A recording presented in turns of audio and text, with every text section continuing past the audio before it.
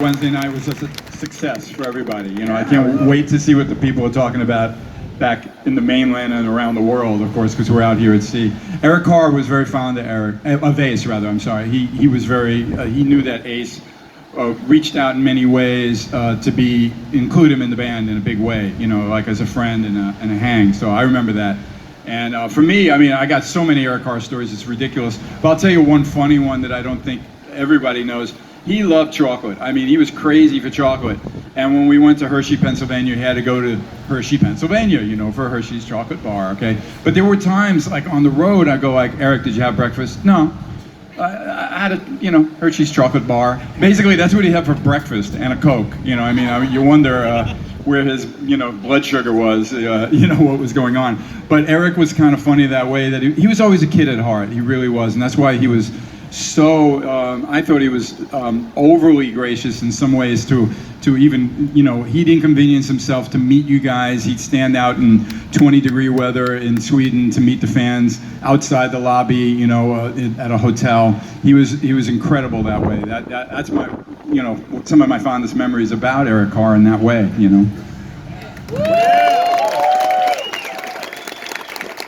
All right, fellas, got one more question for you. Name, where are you from? I am Joe from Atlanta. My question is, out of all the guitars you guys played throughout your careers, what was your favorite and do you still own it? Well, for me, one of my favorites was my 1959 Les Paul that I used on my 1978 solo album. And what happened was I was with this chick, and we decided we were going to drive down to Atlantic City, and I only had like about $2,000 on me, and I said we got to have at least 10 grand. So we stopped at a pawn shop, and they actually gave me $18,000 for the guitar. So we had about 20 grand. We went down to Atlantic City for 3 days, and of course we blew it. So. It took me a while to try to get the guitar back, but they had sold it to this crazy guy, and now supposedly it's worth $350,000.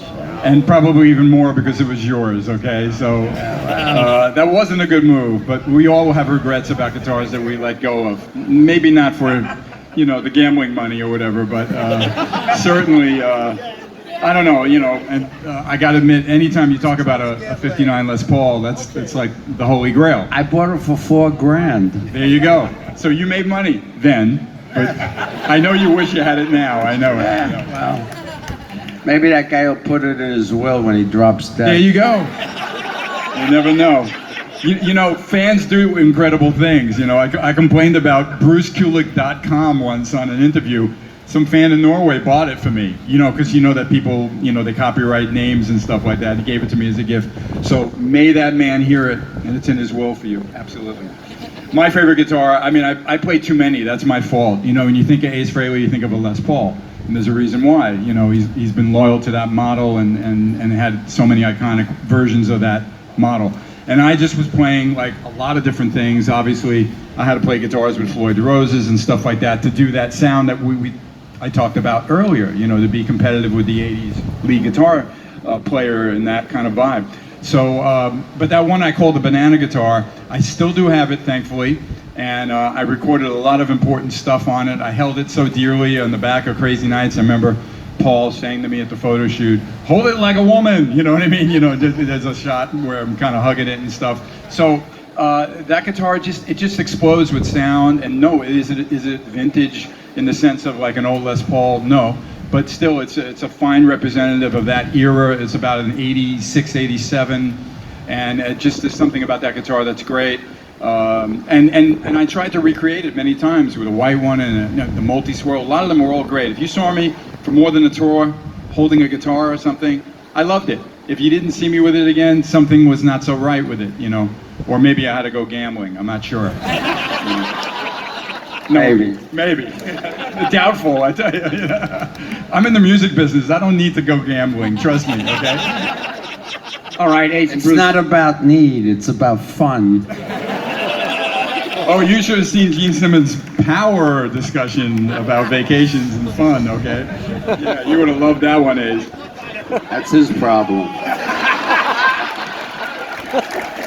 All right, fellas, thank you so much for answering questions directly from the KISS Navy. Mr. LaRue, I'm tossing it back to We you. asked a few, but maybe I'll roam around too. We're gonna roll around later, man. Okay, all right. Passing it to you, brother. Now, why don't you, Ace, you want to talk about your new album? What's going on? Just came out? Yeah, tell everybody about Spaceman. Well, I think it's a pretty good album, yes?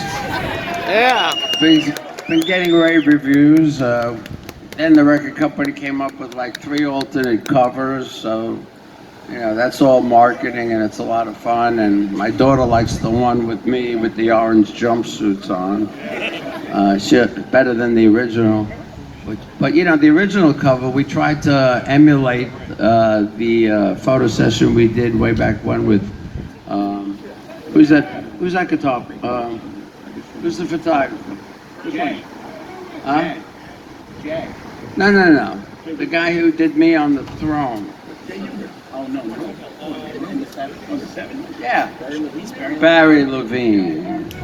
Yeah, Barry Levine did a real cool shot of me on a plexiglass throne with the silver jumpsuit.